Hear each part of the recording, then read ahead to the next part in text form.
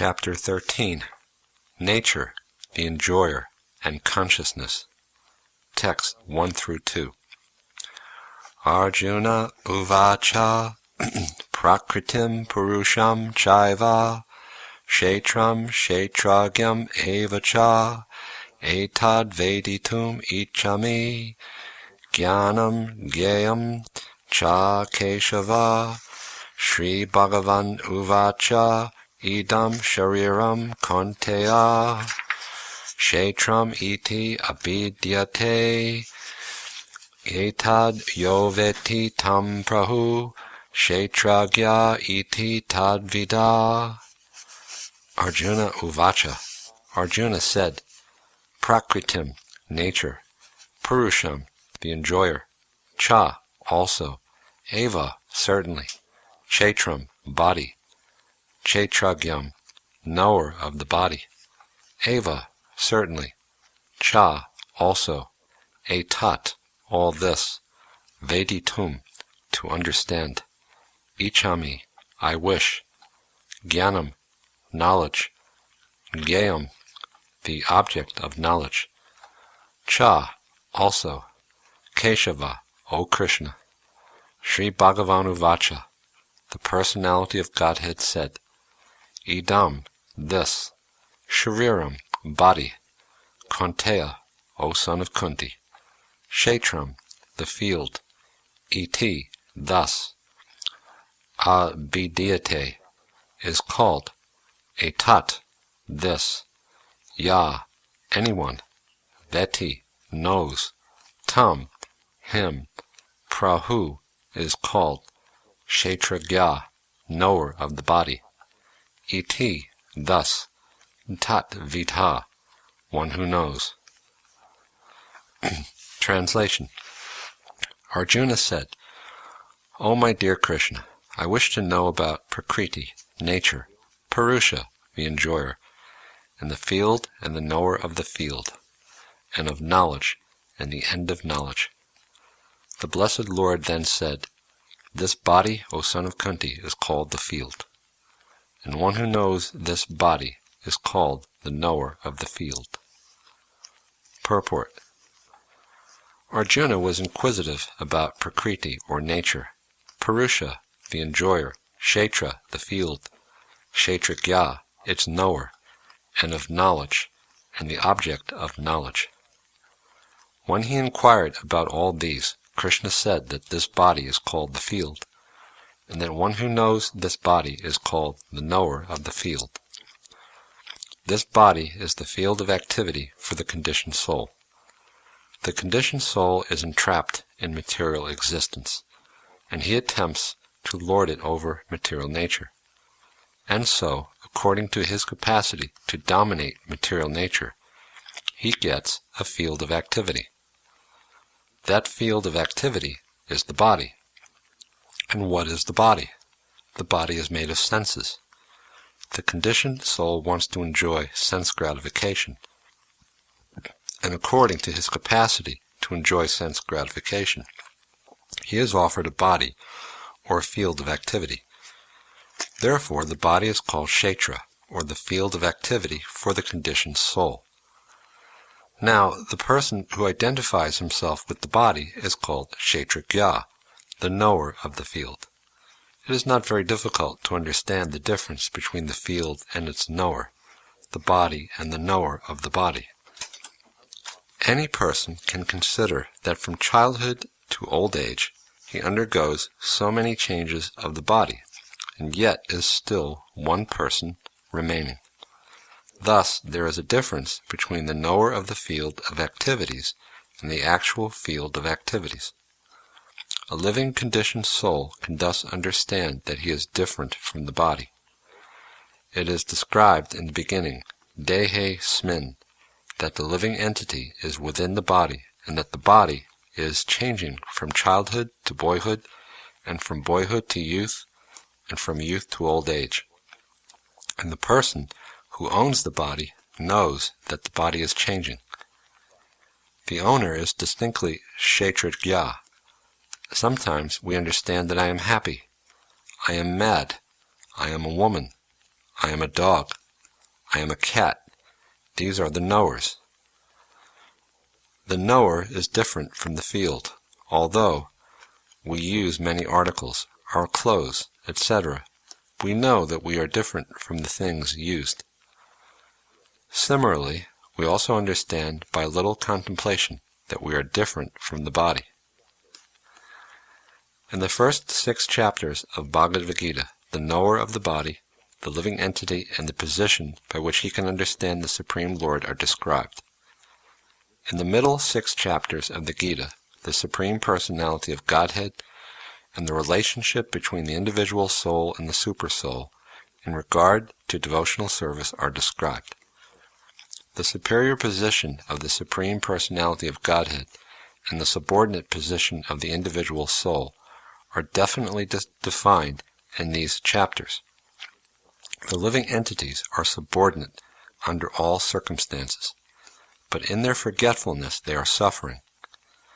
When enlightened by pious activities, they approach the Supreme Lord in different capacities, as the distressed, those in want of money, the inquisitive, and those in search of knowledge. That is also described. Now, starting with the 13th chapter, how the living entity comes into contact with material nature, how he is delivered by the Supreme Lord through the different methods of fruitive activities, cultivation of knowledge, and the discharge of devotional service are explained. Although the living entity is completely different from the material body, he somehow becomes related. This is also explained. Text 3. Kshetragyam chapi mam vidhi sarva kshetreshu bharata kshetra gyayor jnanam yat taj jnanam matam mama. Kshetragyam, the knower. Cha, also. Api, certainly. Mam, me. Vidhi, know. Sarva, all. Kshetreshu, in bodily fields. Bharata, O son of Bharat. Kshetra, field of activities, the body. Kshetragyayo, the knower of the field.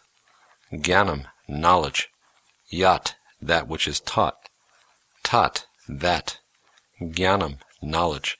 Matam, opinion. Mama, that. Translation.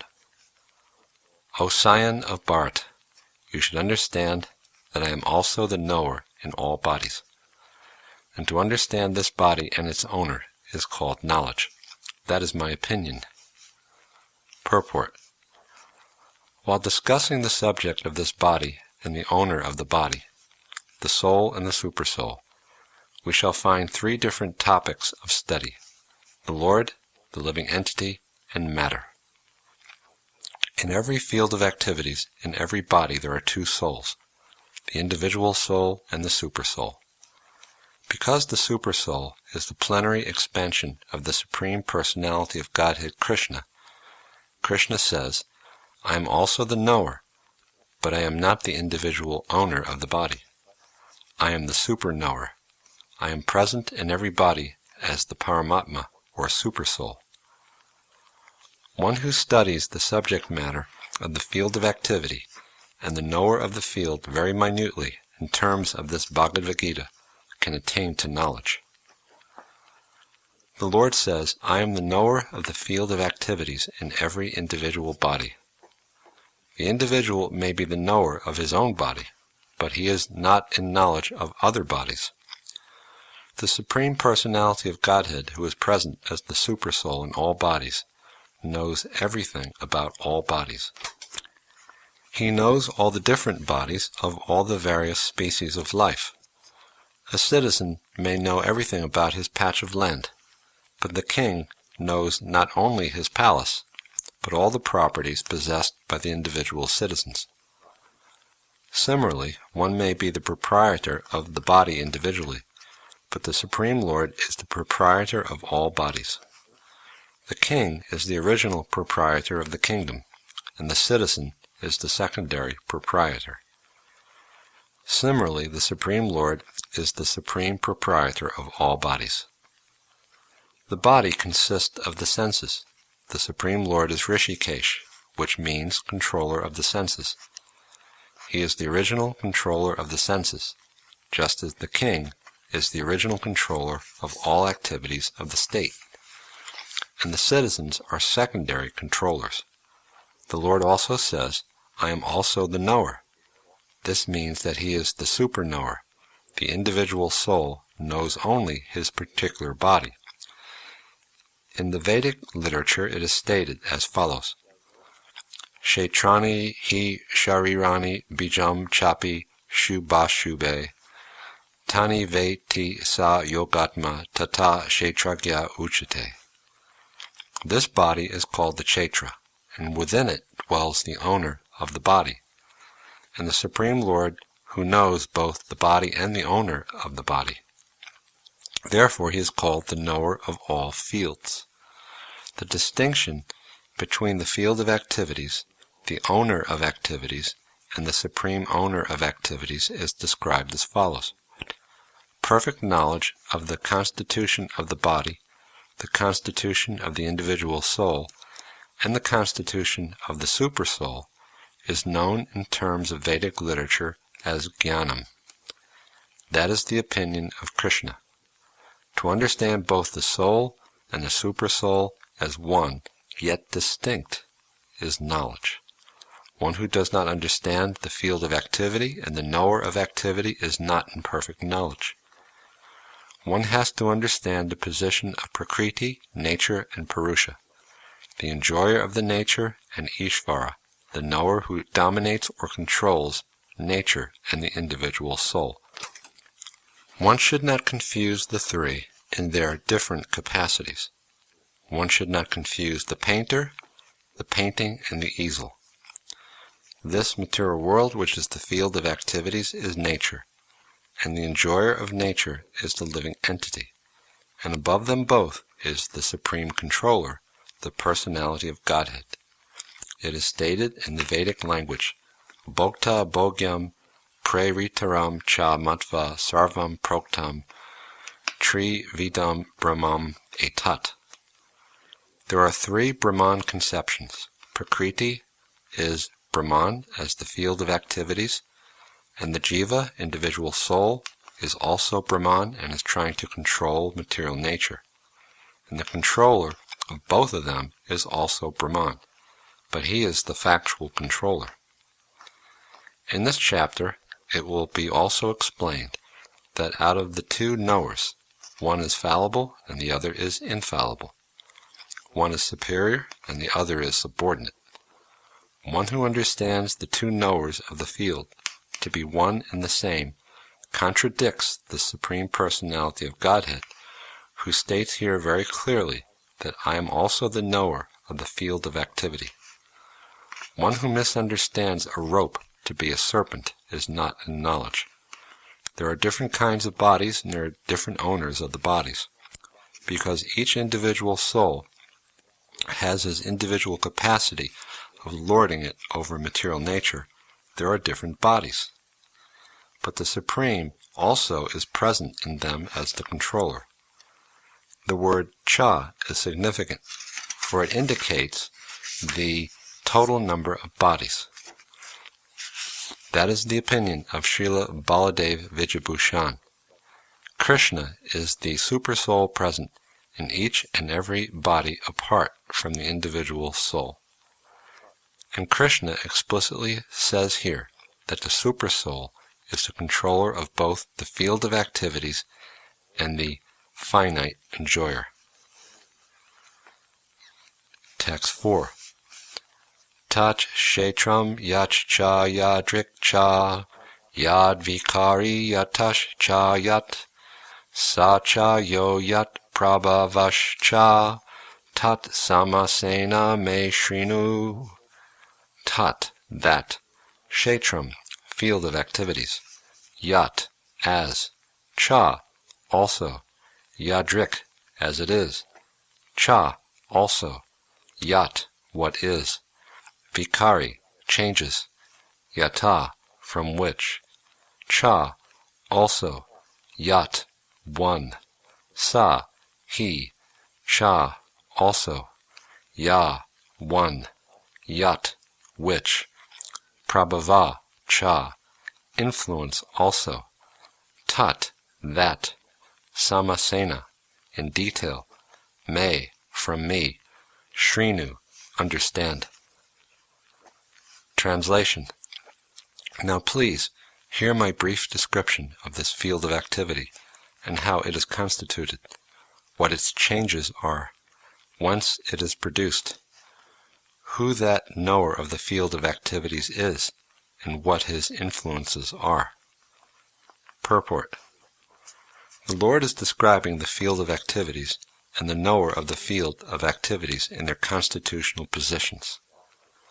One has to know how this body is constituted, the materials of which this body is made, under whose control this body is working, how the changes are taking place, wherefrom the changes are coming, what the changes are, what the reasons are, what the ultimate goal of the individual is, and what the actual form of the individual soul is. One should also know the distinction between the individual living soul and the supersoul, the different influences, their potentials, etc. One just has to understand this Bhagavad Gita directly from the description given by the Supreme Personality of Godhead, and all this will be clarified. But one should be careful not to consider the Supreme Personality of Godhead in every body and individual soul to be the jiva. This is something like equalizing the potent and the impotent. Text 5. Rishyabir bahuda gitam chandobir vividai pritak Brahma Sutra Padaishchaiva Hetum Madbir Venichitai. Rishibi, by the wise sages. Bahuda, in many ways. Gitam, described. Chandobi, Vedic hymns. Vividai, in various. Pritak, variously. Brahma Sutra, the Vedanta. Padai, aphorism. Cha, also. Eva, certainly. Hetumad be, with cause and effect. Venichitai, ascertain. Translation. That knowledge of the field of activities and of the knower of activities is described by various sages in various Vedic writings, especially in the Vedanta Sutra, and is presented with all reasoning as to cause and effect. Purport. The Supreme Personality of Godhead, Krishna, is the highest authority in explaining this knowledge. Still, as a matter of course, learned scholars and standard authorities always give evidence from previous authorities. Krishna is explaining this most controversial point regarding the duality and non-duality of the soul and the supersoul by referring to scriptures, the Vedanta, which are accepted as authority. First, he says, this is according to different sages. As far as the sages are concerned, besides himself, Vyasadeva, the author of the Vedanta Sutra, is a great sage, and in the Vedanta Sutra, duality is perfectly explained.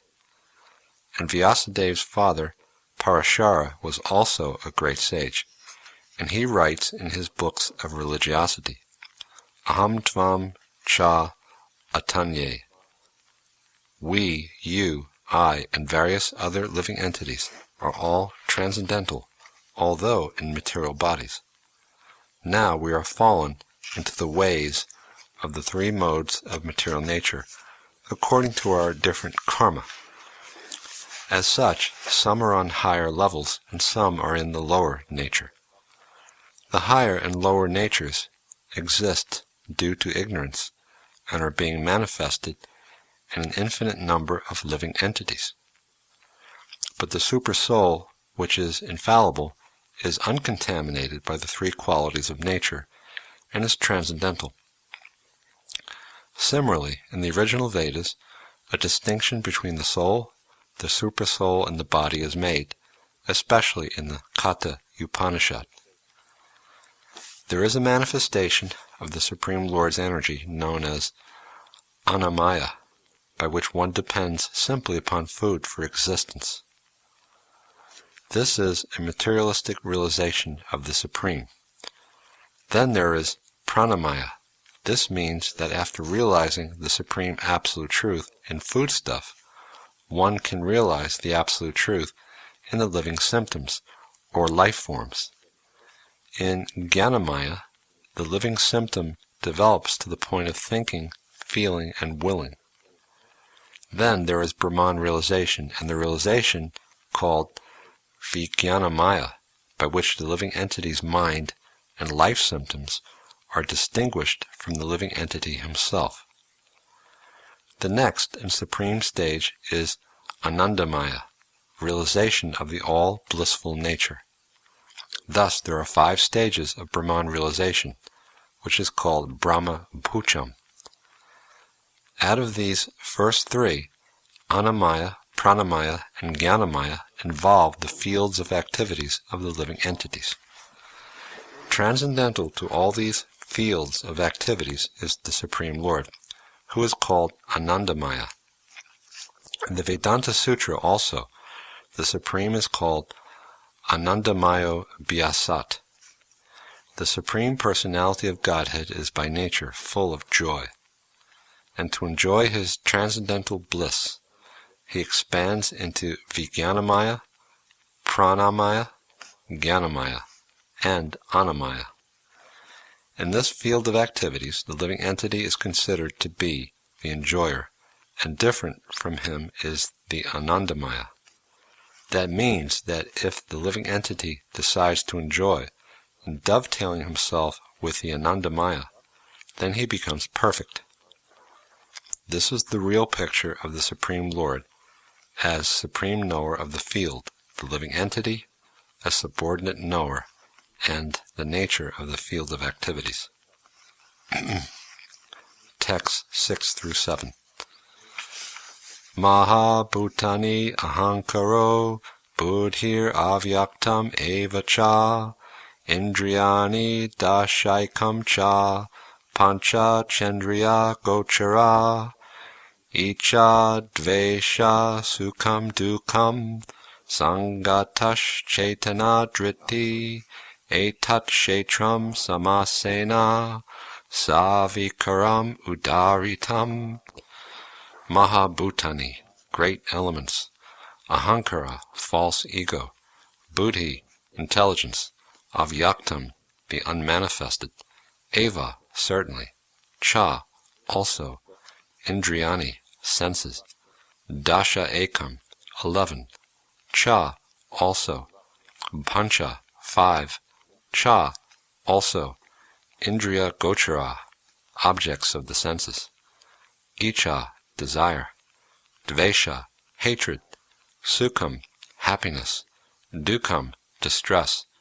Sangata, the aggregate. Chaitana, living symptoms. Driti, conviction.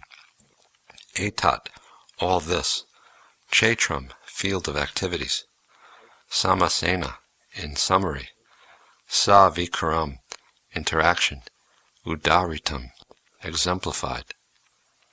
Translation.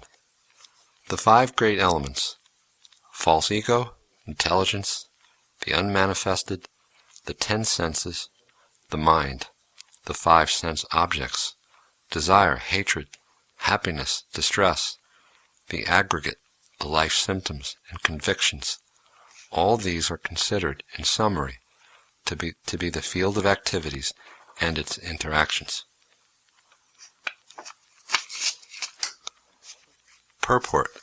From all the authoritative statements of the great sages, the Vedic hymns, and the aphorisms of the Vedanta Sutra, the components of this world are earth, water, fire, air, and ether. These are the 5 great elements. Mahabhuta. Then there are also false ego, intelligence, and the unmanifested stage of the 3 modes of nature. Then there are 5 senses for acquiring knowledge: the eyes, ears, nose, tongue, and touch. Then 5 working senses: voice, legs, hands, the anus, and the genitals. Then above the senses there is the mind, which is within, and which can be called the sense within. Therefore, including the mind, there are 11 senses altogether. Then there are the 5 objects of the senses: smell, taste, warmth, touch, and sound. Now the aggregate of these 24 elements is called the field of activity. If one makes an analytical study of these 24 subjects, then he can very well understand the field of activity. Then there is desire, hatred, pleasure, and pain, which are interactions, representations of the 5 great elements in the gross body. The living symptoms represented by consciousness and conviction are the manifestation of the subtle body, mind, ego, and intelligence. These subtle elements are included within the field of activities. The 5 great elements are a gross representation of the subtle false ego. They are a representation in the material conception. Consciousness is represented by intelligence, of which the unmanifested stage is the 3 modes of material nature. The unmanifested 3 modes of material nature is called pradhan. One who desires to know the 24 elements in detail, along with their interactions, should study the philosophy in more detail. In Bhagavad Gita, a summary only is given. The body is the representation of all these factors, and there are changes of the body, which are 6 in number. The body is born, it grows, it stays, it produces byproducts, then begins to decay, and at the last stage it vanishes. Therefore, the field is a non-permanent material thing. However, the Kshetrajna, the knower of the field, its proprietor, is different. Text 8 through 12.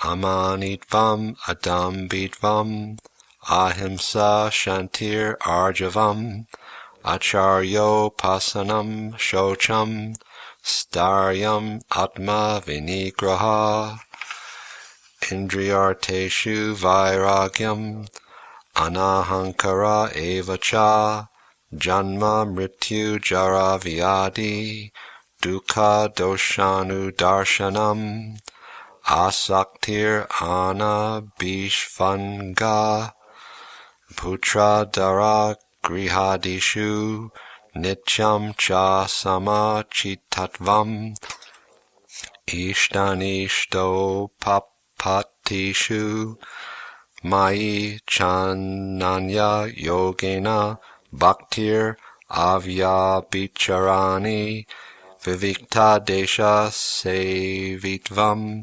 aratir jana samsadi adhyatma jnana nityatvam tattva jnanartha darshanam etaj jnanam iti proktam ajnanam yad ato niyata. Amanvitam, humility. Adambitvam, pridelessness. Ahimsa, non-violence. Kshanti, tolerance. Arjavam, simplicity. Acharya upasanam, approaching a bona fide spiritual master. Shocham, cleanliness. Staryam, steadfastness. Atma vinigraha, control. Indriya arteshu, in the matter of the senses. Vairagyam, renunciation. Anahankara, being without false egoism. Eva, certainly. Cha, also. Janma, birth. Mrityu, death. Jara, old age. Vyadi, disease. Dukkha, distress. Dosha, fault. Anudarshanam, observing. Asakti, without attachment. Anabhishvanga, without association. Putra, son. Dara, wife. griha adishu, home, etc.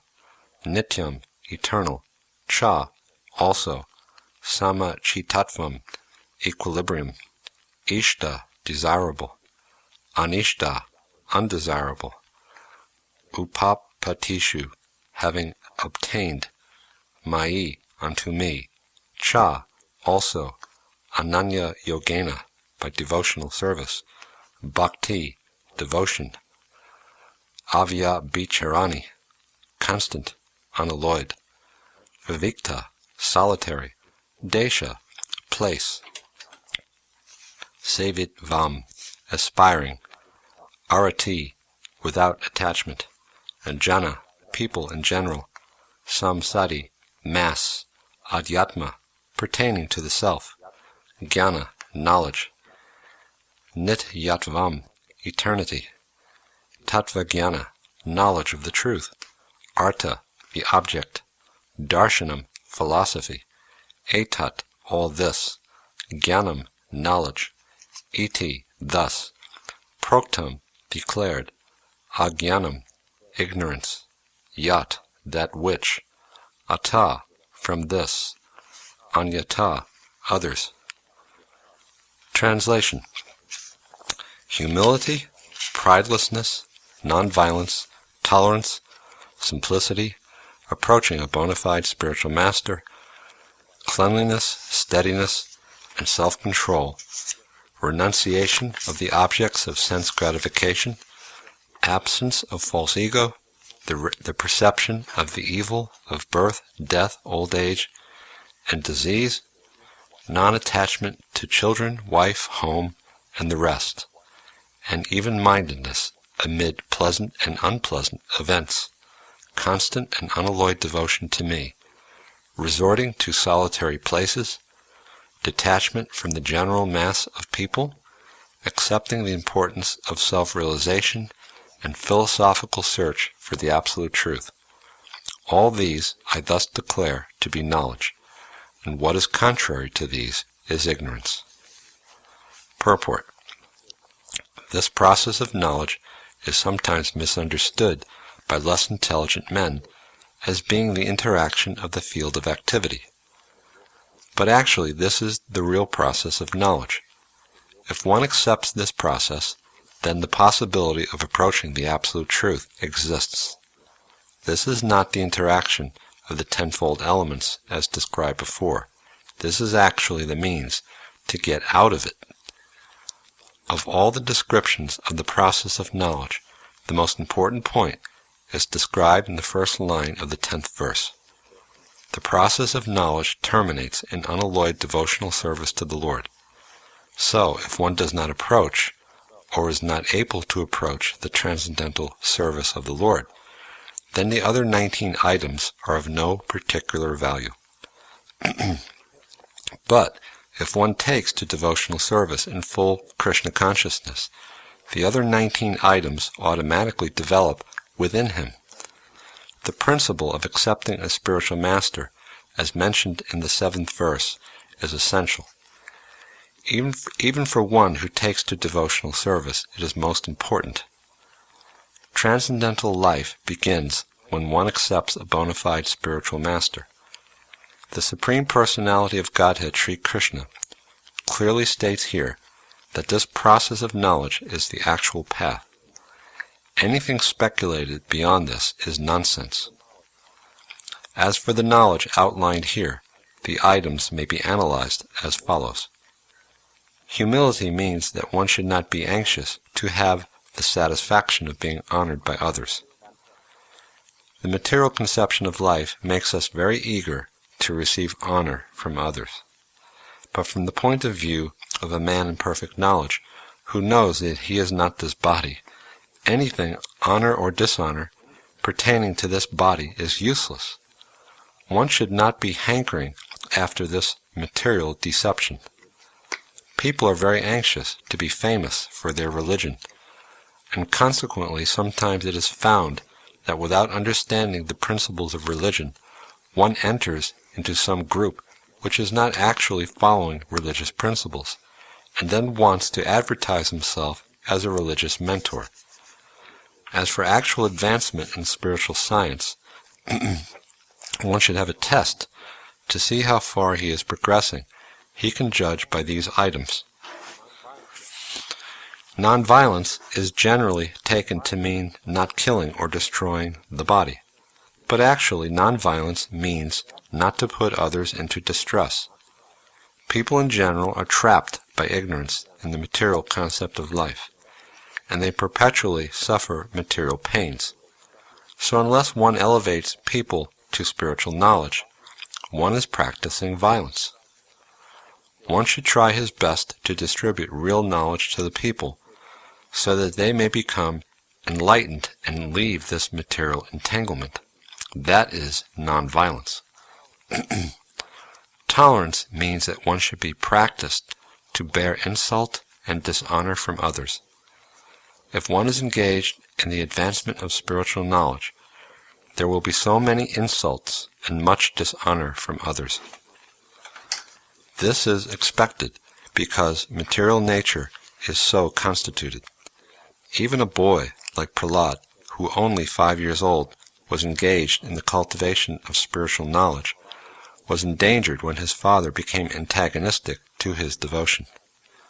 The father tried to kill him in so many ways, but Prahlad tolerated him. So for making advancement in spiritual knowledge, there may be many impediments, but we should be tolerant and continue our progress with determination. Simplicity means that without diplomacy, one should be so straightforward that he can disclose the real truth even to an enemy. As for acceptance of the spiritual master, that is essential, because without the instruction of a bona fide spiritual master, one cannot progress in the spiritual science. One should approach the spiritual master with all humility and offer him all services, so that he will be pleased to bestow his blessings upon the disciple. Because a bona fide spiritual master is a representative of Krishna, if he bestows any blessings upon his disciple, that will make the disciple immediately advanced without the disciples following the regulated principles. Or the regulated principles will be easier for one who has served the spiritual master without reservation. Cleanliness is essential for making advancement in spiritual life. There are two kinds of cleanliness, external and internal. External cleanliness means taking a bath, but for internal cleanliness, one has to think of Krishna always and chant Hare Krishna, Krishna Krishna, Hare Hare, Hare Ram, Ram Ram, Hare Hare. This process cleans the accumulated dust of past karma from the mind. Steadiness means that one should be very determined to make progress in spiritual life. Without such determination, one cannot make tangible progress. And self-control means that one should not accept anything which is detrimental to the path of spiritual progress. One should become accustomed to this and reject anything which is against the path of spiritual progress. This is real renunciation. The senses are so strong that they are always anxious to have sense gratification. One should not cater to these demands, which are not necessary. The senses should only be gratified to keep the body fit, so that one can discharge his duty in advancing in spiritual life. The most important and uncontrollable sense is the tongue. If one can control the tongue, then there is every possibility of controlling the other senses. The function of the tongue is to taste and to vibrate. Therefore, by systematic regulation, the tongue should always be engaged in tasting the remnants of foodstuffs offered to Krishna and chanting Hare Krishna. As far as the eyes are concerned, they should not be allowed to see anything but the beautiful form of Krishna. That will control the eyes. Similarly, the ears should be engaged in hearing about Krishna, and the nose in smelling the flowers offered to Krishna. This is the process of devotional service, and it is understood here that Bhagavad Gita is simply expounding the science of devotional service. Devotional service is the main and sole objective. Unintelligent commentators on the Gita try to divert the mind of the reader to other subjects, but there is no other subject in Bhagavad Gita but devotional service. False ego means accepting this body as oneself. When one understands that he is not his body and his spirit soul, that is real ego. Ego is there. False ego is condemned, but not real ego. In the Vedic literature it is said, Aham Brahmasmi, I am Brahman, I am spirit. This I am, the sense of self, also exists in a liberated stage of self-realization. This sense of I am is ego, but when the sense of I am is applied to this false body, it is false ego. When the sense of self is applied to reality, that is real ego. There are some philosophers who say we should give up our ego, but we cannot give up our ego because ego means identity. We ought, of course, to give up the false identification with the body. One should try to understand the distress of accepting birth, death, old age, and disease. There are descriptions in various Vedic literatures of birth. In the Srimad Bhagavatam, the world of the unborn, the child's stay in the womb of the mother, its suffering, etc., are all very graphically described. It should be thoroughly understood that birth is distressful, because we forget how much distress we have suffered within the womb of the mother. We do not make any solution to the repetition of birth and death. Similarly, at the time of death, there are all kinds of sufferings, and they are also mentioned in the authoritative scriptures. These should be discussed, and as far as disease and old age are concerned, everyone gets practical experience. No one wants to be diseased, and no one wants to become old, but there is no avoiding these. Unless we have a pessimistic view of this material life, considering the distresses of birth, death, old age, and disease, there is no impetus for our making advancement in spiritual life. As for detachment from children, wife, and home, it is not meant that one should have no feeling for these. They are natural objects of affection. But when they are not favorable to spiritual progress, then one should not be attached to them. Purport. It is stated here that the Supersoul, who is always with the individual soul, is the representation of the Supreme Lord. He is not an ordinary living entity. Because the monist philosophers take the knower of the body to be one, they think that there is no difference between the Supersoul and the individual soul. To clarify this, the Lord says that He is the representation of Paramatma in every body. He is different from the individual soul. He is para, transcendental. The individual soul enjoys the activities of a particular field. But the Supersoul is present not as finite enjoyer, nor as one taking part in bodily activities, but as the witness, overseer, permitter, and supreme enjoyer. His name is Paramatma, not Atma, and he is transcendental. It is distinctly clear that the Atma and Paramatma are different. The Supersoul, the Paramatma, has legs and hands everywhere, but the individual soul does not. And because he is the Supreme Lord, he is present within to sanction the individual soul's desiring material enjoyment.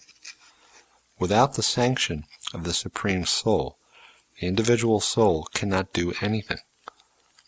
The individual is bhakta, or the sustained, and he is bhukta, or the maintainer. There are innumerable living entities, and he is staying in them as a friend. The fact is that individual living entities are eternally part and parcel of the Supreme Lord, and both of them are very intimately related as friends. But the living entity has the tendency to reject the sanction of the Supreme Lord and act independently in an attempt to dominate the Supreme Nature. And because he has this tendency, he is called the marginal energy of the Supreme Lord. The living entity can be situated either in the material energy or the spiritual energy. As long as he is conditioned by the material energy, the Supreme Lord as his friend, the Supersoul, stays with him, just to get him to return to the spiritual energy. The Lord is always eager to take him back to the spiritual energy, but due to his minute independence, the individual entity is continually rejecting the association of spiritual light. This misuse of independence is the cause of his material strife in the conditioned nature. The Lord, therefore, is always giving instruction from within and from without. From without, he gives instructions as stated in Bhagavad Gita, and from within, he tries to convince him that his activities in the material field are not conducive to real happiness. Just give it up and turn your faith toward me. Then you will be happy, he says. Thus, the intelligent person who places his faith in the Paramatma, or the Supreme Personality of Godhead, begins to advance toward a blissful, eternal life of knowledge. Text 24. Ya evam veti purusham prakritim cha gunai saha sarvata vartamanopi nasa bhuyo bijayate. Ya, anyone, evam, thus, veti, understands, purusham, the living entities, prakritim, material nature, cha, and, gunai, modes of material nature, saha, with, sarvata, by all means, vartamana, situated, api, in spite of, na, never, sa, he, bhuya, again, abhijayate, takes his birth. Translation. One who understands this philosophy concerning material nature, the living entity, and the interaction of the modes of nature is sure to attain liberation. He will not take birth here again, regardless of his present position. Purport. Clear understanding of material nature, the Supersoul, the individual soul, and their interrelation makes one eligible to become liberated and turn to the spiritual atmosphere without being forced to return to this material nature. This is the result of knowledge. The purpose of knowledge is to understand distinctly that the living entity has by chance fallen into this material existence. By his personal endeavor in association with authorities, saintly persons, and a spiritual master, he has to understand his position and then revert to spiritual consciousness or Krishna consciousness by understanding Bhagavad Gita as it is explained by the Personality of Godhead. Then it is certain that he will never come again into this material existence. He will be transferred into the spiritual world for a blissful, eternal life of knowledge. Text 25. Dhyane natmani pashanti kechid atmanam atmana anye sankyena yogena karma yogena chapare.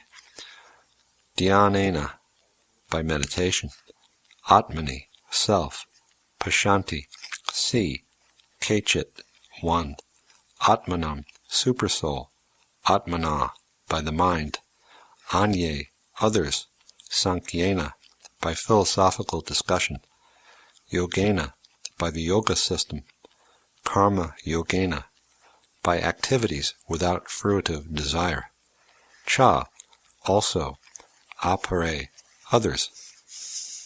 Translation. That Supersoul is perceived by some through meditation, by some through the cultivation of knowledge, and by others through working without fruitive desire. Purport. The Lord informs Arjuna that the conditioned soul can be divided into two classes as far as man's search for realization is concerned. Those who are atheists, agnostics, and skeptics are beyond the sense of spiritual understanding. But there are others who are faithful in their understanding of spiritual life, and they are called workers who have renounced fruitive results. Those who always try to establish the doctrine of monism are also counted among the atheists and agnostics. In other words, only the devotees of the Supreme Personality of Godhead are really capable of spiritual understanding, because they understand that beyond this material nature there is the spiritual world and the Supreme Personality of Godhead, who is expanded as the Paramatma, the Supersoul in everyone, the all-pervading Godhead. Of course, there are those who try to understand the Supreme Absolute Truth by cultivation of knowledge, and they can be counted in the second class. The atheistic philosophers analyzed this material world into 24 elements, and they place the individual soul as the 25th item. When they are able to understand the nature of the individual soul to be transcendental to the material elements, they are able to understand also that above the individual soul there is the Supreme Personality of Godhead. He is the 26th element.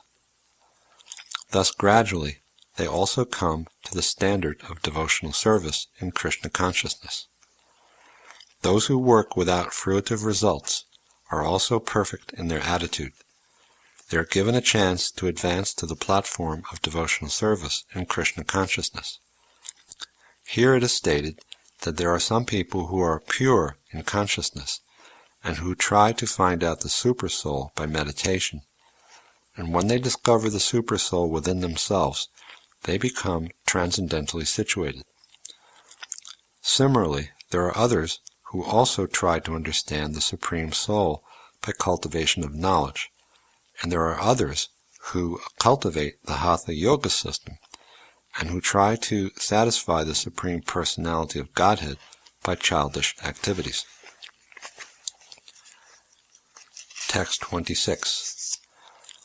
Anye tvi evam ajananta shrutvanyebhya upasate te pi chati taranti eva mrityum shruti parayana. Anye, others, too, but, evam, this, ajananta, without spiritual knowledge, shrutva, by hearing, anebhya, from others, upasate, begin to worship, te, they, api, also, cha, and, atitaranti, transcend, eva, certainly, mrityum, the path of death, shruti parayana, inclined to the process of hearing. Translation. Again, there are those who, although not conversant in spiritual knowledge, begin to worship the Supreme Person upon hearing about Him from others. Because of their tendency to hear from authorities, they also transcend the path of birth and death.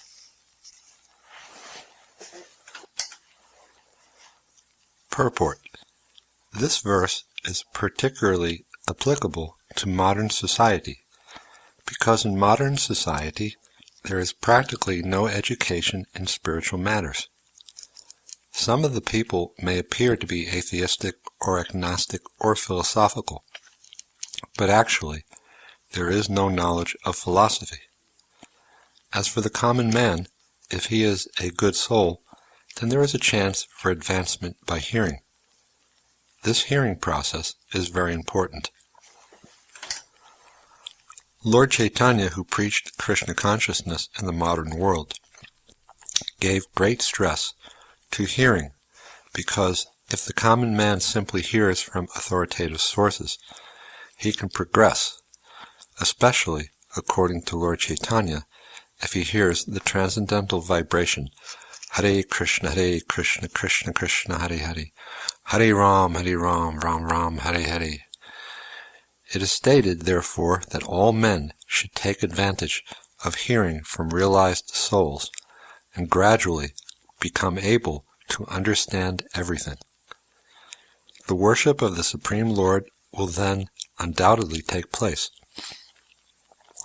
Lord Chaitanya has said that in this age no one needs to change his position, but one should give up the endeavor to understand the absolute truth by speculative reasoning. One should learn to become the servant of those who are in knowledge of the Supreme Lord. If one is fortunate enough to take shelter of a pure devotee, hear from him about self-realization, and follow in his footsteps, he will be gradually elevated to the position of a pure devotee.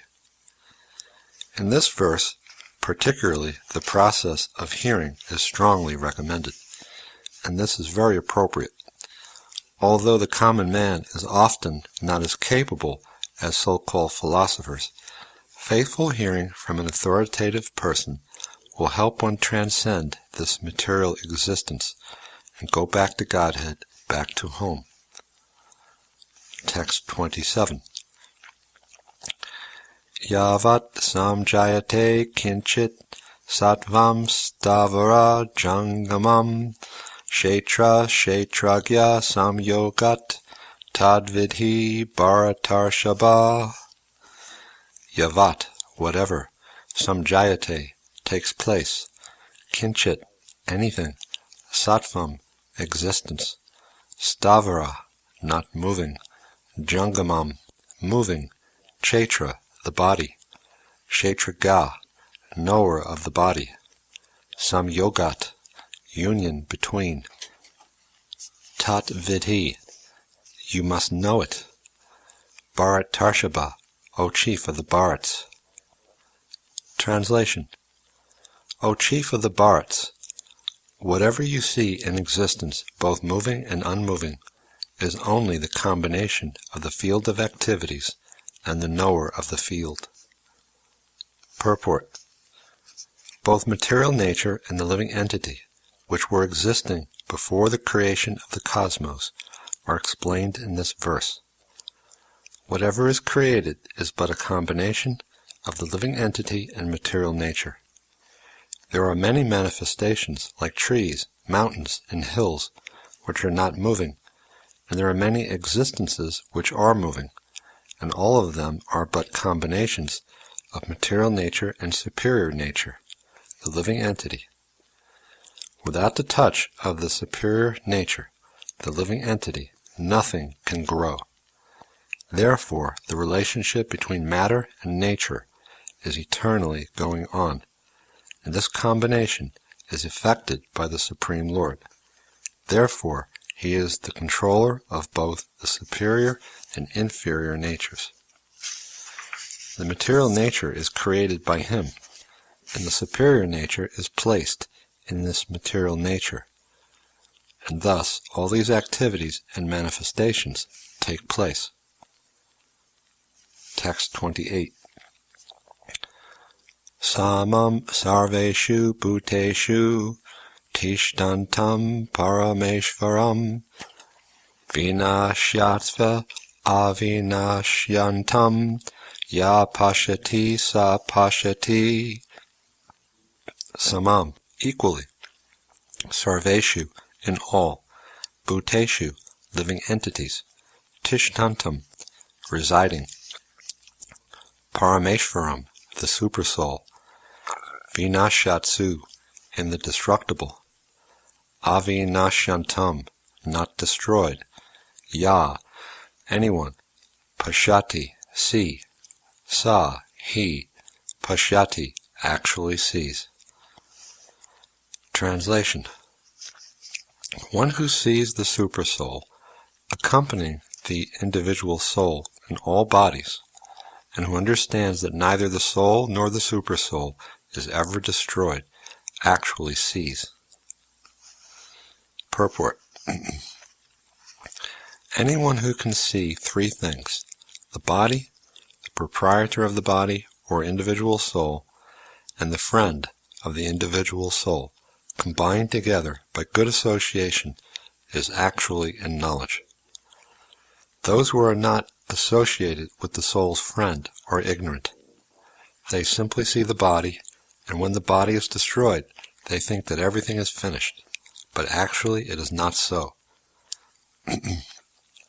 After the destruction of the body, both the soul and the supersoul exist, and they go on eternally in many various moving and unmoving forms. The Sanskrit word Parameshvaram is sometimes translated as the individual soul, because the soul is the master of the body, and after the destruction of the body he transfers to another form.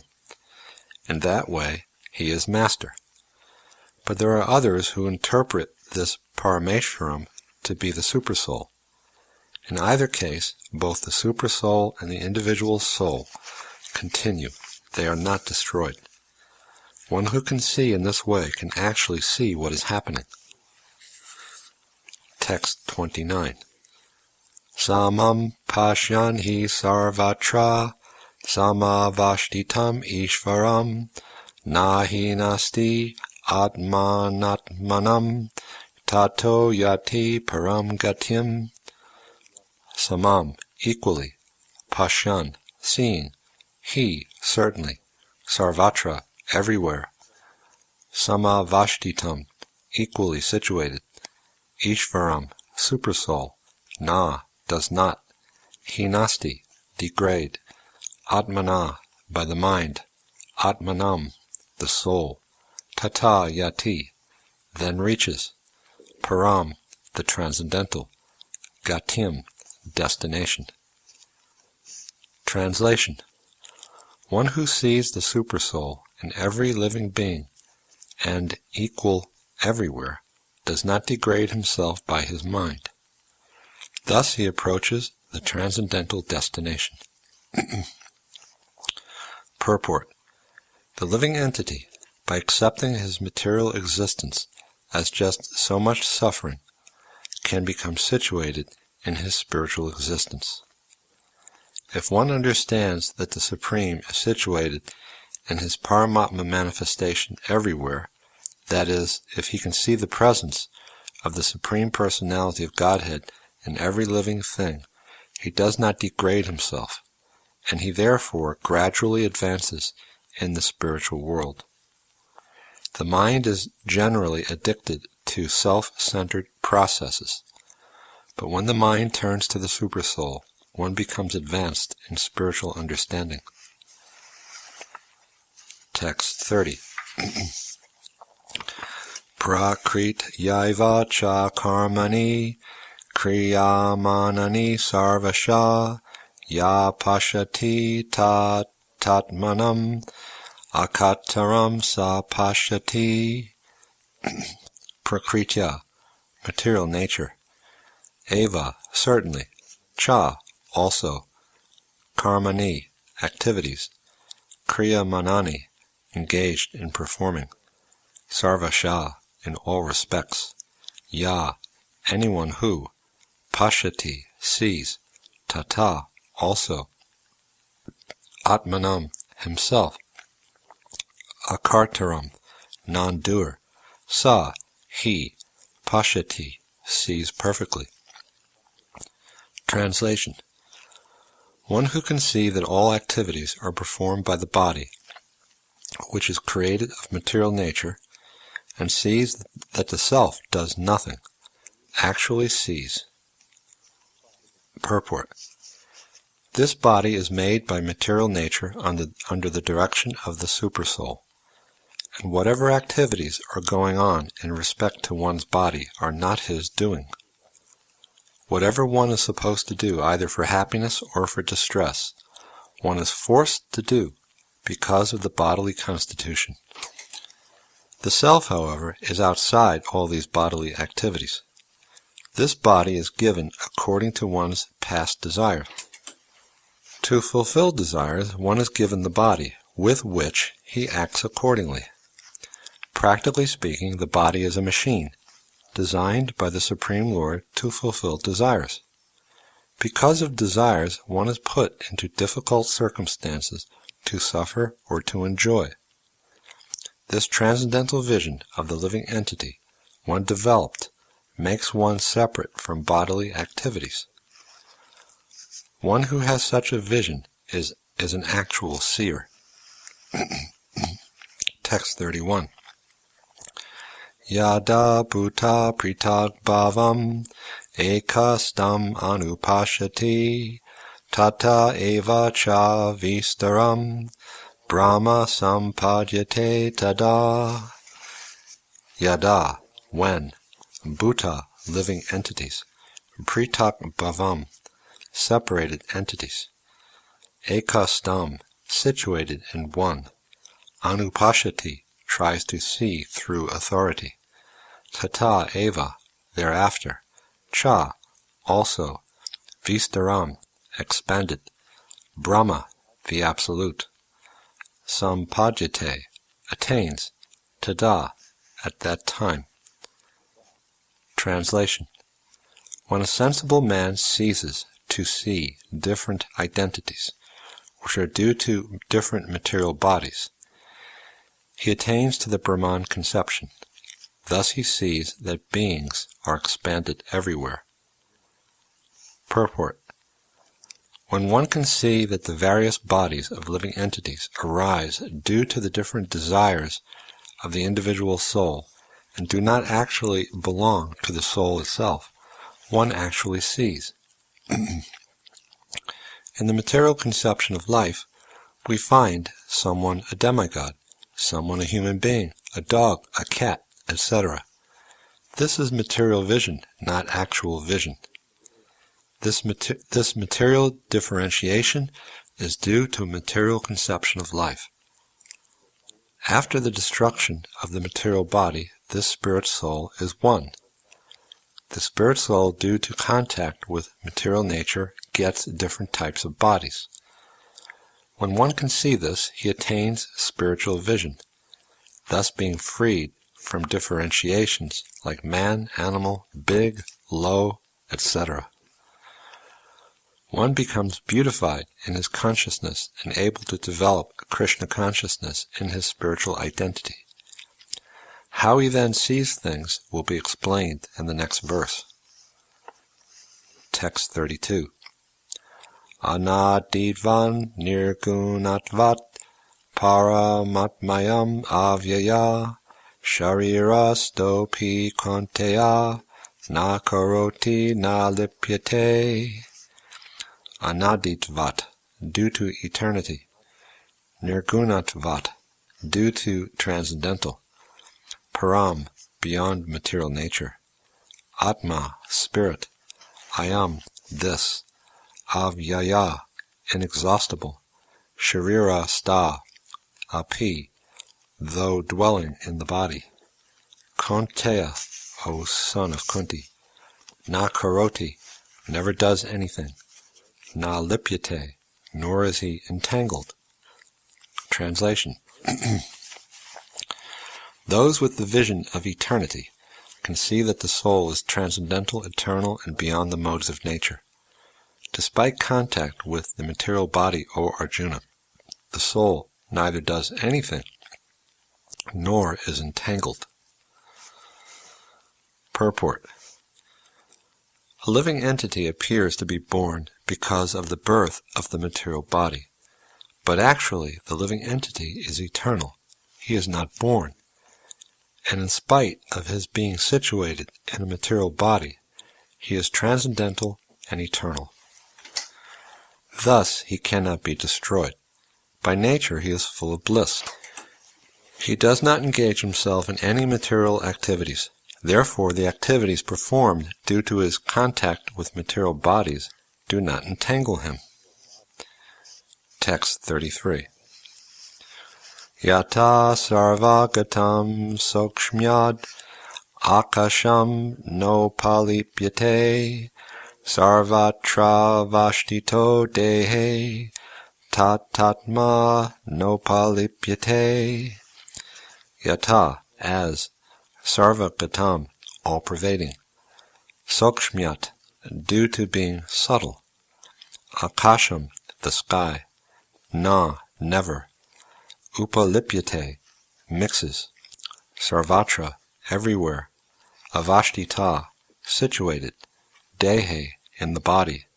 Tata, such. Atma, the self. Na, never. Upalipyate, mixes. Translation.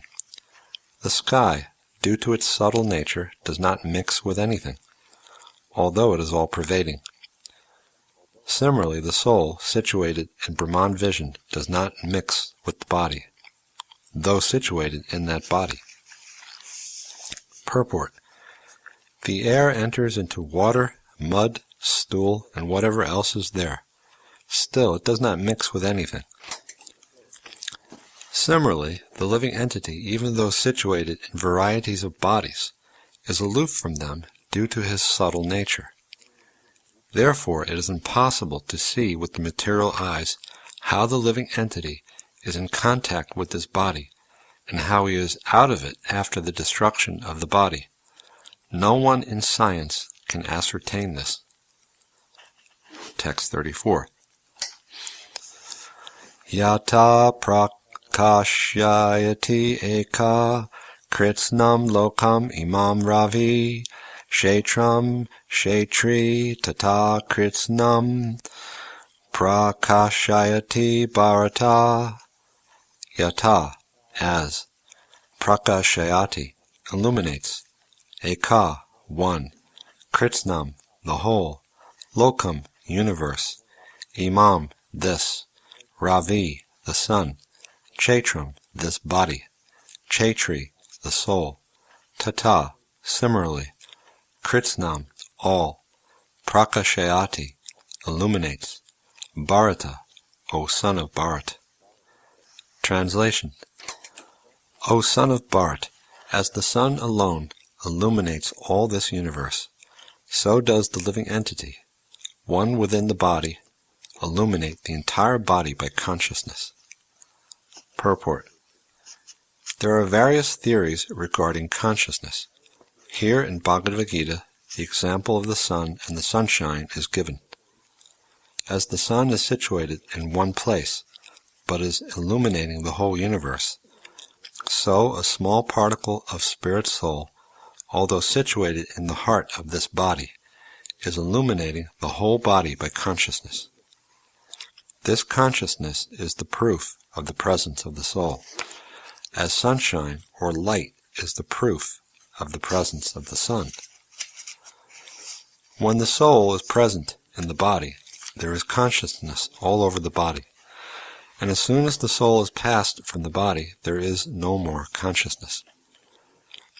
This can be easily understood by any intelligent man.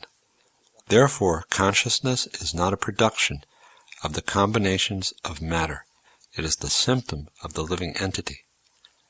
The consciousness of the living entity, although qualitatively one with the Supreme Consciousness, is not supreme, because the consciousness of one particular body does not share that of another body. But the Supersoul, which is situated in all bodies as the friend of the individual soul, is conscious of all bodies. That is the difference between supreme consciousness and individual consciousness. Text 35. Kshetra kshetra gayor evam antaram jnana chakshusha bhuta prakriti moksham cha ye vidur yanti te param. Kshetra, body. Kshetra gyayo, of the proprietor of the body.